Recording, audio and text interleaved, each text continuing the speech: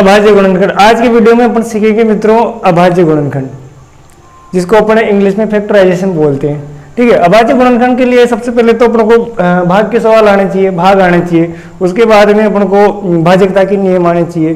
तो इससे जस्ट पहले वाले वीडियो में मैंने भाजकता के नियम आपके सामने पढ़ाए थे, मैंने यूट्यूब पे इससे पहले भी वीडियो डाल चुका हूँ भाजकता के नियम का।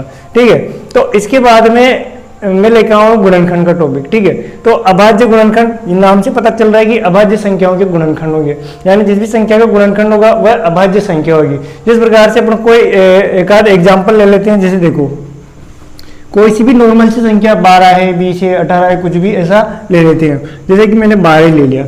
ठीक है, तो 12 क्या है, एक सम संख्या, और सम संख्या में क्या है कि जो सबसे छोटा अभाज्य संख्या कौन सी है, 2। सबसे छोटी अभाज्य संख्या 2 है, तो सम संख्या भी है और 2 भी है। ठीक है, तो सबसे छोटी संख्या किसका, 2 का भाग जाएगा। सबसे छोटी अभाज्य संख्या कौन सी है, 2। पहले तो अपन देखते हैं कि अभाज्य संख्या कौन कौन सी होती है।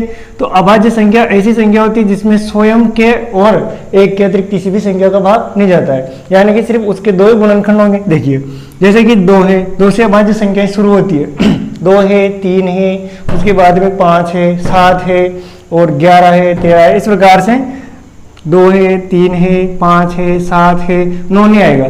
9 क्यों नहीं आएगा, क्योंकि 9 के 2 से अधिक गुणनखंड है और उसमें और अन्य संख्याओं का भाग भी जाता है। 8 नहीं आएगा, 9 नहीं आएगा, 10 नहीं आएगा, उसके बाद आता है 11, 11 के बाद में आएगा 13। इस प्रकार से ये श्रेणी चलती जाती है। इसके आगे 17 है, 19 है, 23 है। इस प्रकार से सबसे छोटी अभाज्य संख्या अपन यहाँ 2 का भाग देते, 2 से इसको डिवाइड करते तो 2 छंग 12, कितनी बार भाग जाएगा, 6। यदि नहीं आता हो ठीक से तो ये 12 है, 12 सम संख्या है, तो सबसे छोटी सम अभाज्य संख्या का अपन इसको भाग देंगे। तो 2 का भाग दिया, 2 छंग 12 होता है, वो 12 में से 12 गया तो 0, यानी इसका अगला गुणन क्या आ गया, 6 आ गया। भाग दिया तो 6 आ गया। अब अपन को दिख रहा है कि 6 भी क्या है, एक सम संख्या है, यानी कि ये भी 2 से डिवाइड हो सकती है। 2 सबसे छोटी अभाज्य संख्या है, यानी 2 से डिवाइड हो सकती है, तो इसमें भी 2 का भाग देंगे। वापस से अपन को नहीं आता हो तो इस प्रकार से लिख लेंगे, 2 तिया 6।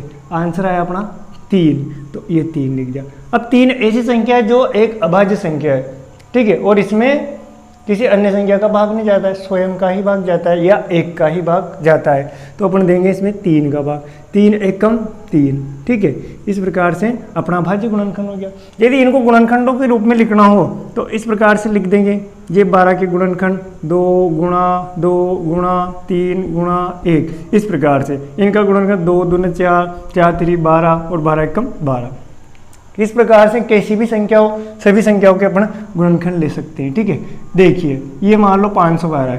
अब 512 भी एक सम संख्या है, यानी कि ये भी सम अभाज्य संख्या से डिवाइड आसानी से हो जाएगी। ठीक है, तो अपन इसको डिवाइड करने के लिए सबसे पहले सबसे छोटी सम अभाज्य संख्या 2 है। ठीक है, इसका भाग देते हैं। तो भाग देते हैं मित्रों, तो बहुत सारे जो है थोड़ा मिस्टेक कर देते हैं, इसमें भाग टूट की 0 वगैरह भी आएगी शायद। देखते हैं 512 2 से डिवाइड करेंगे, 2 दूनी 4। ठीक है, इसी प्रकार से घटा लेंगे तो 1 बचेगा, 1 उतारा अपने ऊपर से, 2 पंजे 10। ठीक है, 1 बचा, 2 उतारा, 2 छंग 12। आया अपने 256, यानी कि 256 बार 2 का भाग गया है। अभी ये वापस से सम संख्या आएगी, यानी कि वापस ये 2 से डिवाइड होगी। 2 एकम 2, 2 दूने 4, 1 बचा, 2 अट्ठे 16। इसी प्रकार से अपन वापस से डिवाइड करेंगे तो 2 से हो जाएगी, क्योंकि ये भी सम संख्या है। 2 छंग 12, 2 चौक 8, ये भी हो जाएगी आराम से। 2 तिया 6, 2 दूने 4, ये भी हो जाएगी 16 बार, ये भी हो जाएगी 8 बार। इसके बाद में ये 4 बार, ये 2 से 2 बार, ये 2 से 1 1 1। इस प्रकार से। ठीक है, इसके भी अपने गुणनखंड करेंगे तो गुणनखंड ऐसे लिख सकते हैं, 511 के 12 के 2 गुणा 2 गुणा 2 गुणा 2 2 गुणा 2। इस प्रकार से 1 2 3 4 5 6 7 8 9।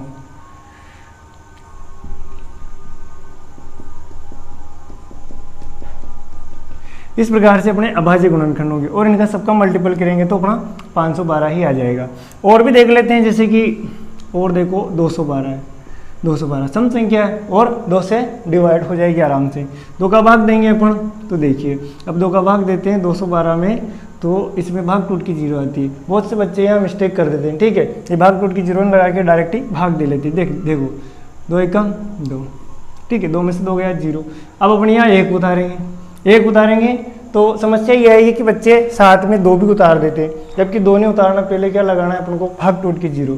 यहाँ 1 उतार लिया और फिर 2 का भाग दे रहे, लेकिन भाग नहीं जा रहा है, इसलिए भाग टूट के 0। वापस से अपन ऊपर से 2 उतार लेंगे तो 2 छंग 12। इस प्रकार से अपना जो अगली संख्या आ जाएगी ये, और ये भी सम संख्या यानी कि ये भी 2 से डिवाइड आराम से हो सकती है, ठीक है। तो 2 पंजे 10, ठीक है, और 2 तिया 6। अब अपने पास 53 संख्या है, और 53 क्या है, एक अभाज्य संख्या है, ठीक है। अपन भाग दे के और देख लेंगे कि भाई अभाज्य है यानी इसके गुणनखंड 2 है या कम है या आदि कैसा, तो ये क्या है, एक अभाज्य संख्या है, ठीक है। जैसे अपन गिनते आ रहे हैं 2 3 5 7 11 13 17 19 23, इस प्रकार से ये भी क्या है, एक अभाज्य संख्या है, तो इसमें स्वयं का ही भाग जाएगा एक बार। इस प्रकार से अपने अभाज्य गुणनखंड हो जाते हैं। यदि समझ में नहीं आया हो तो कमेंट कर सकते हैं, वापस से एक बार और मैं इनको समझा दूंगा। एक आध और संख्या ले लेते हैं अपन, कोई सी भी, जैसे 220 है, 22 है, कुछ भी ऐसा, ठीक है। इसको देखते हैं। अब ये भी 2 से डिवाइड हो जाएगी, 2 एकम 2, 2 एकम 2, 2 एकम 2, ठीक है।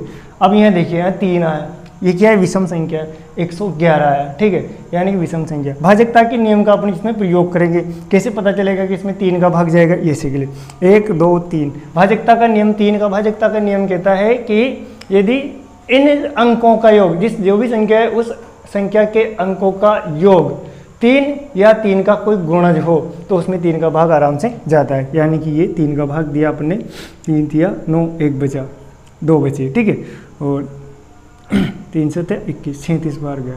अब यहाँ 37 ऐसी संख्या है जो एक स्वयं अभाज्य संख्या है, यानी इसमें स्वयं का ही भाग जाता है, किसी और संख्या का भाग नहीं जाता। 37 एकम 37, इस प्रकार से अपने अभाज्य गुणनखंड हो जाते हैं। तो मित्रों कुछ समझ में अच्छा लगा हो, ठीक है, चैनल को सब्सक्राइब करें, लाइक करें और शेयर जरूर करें।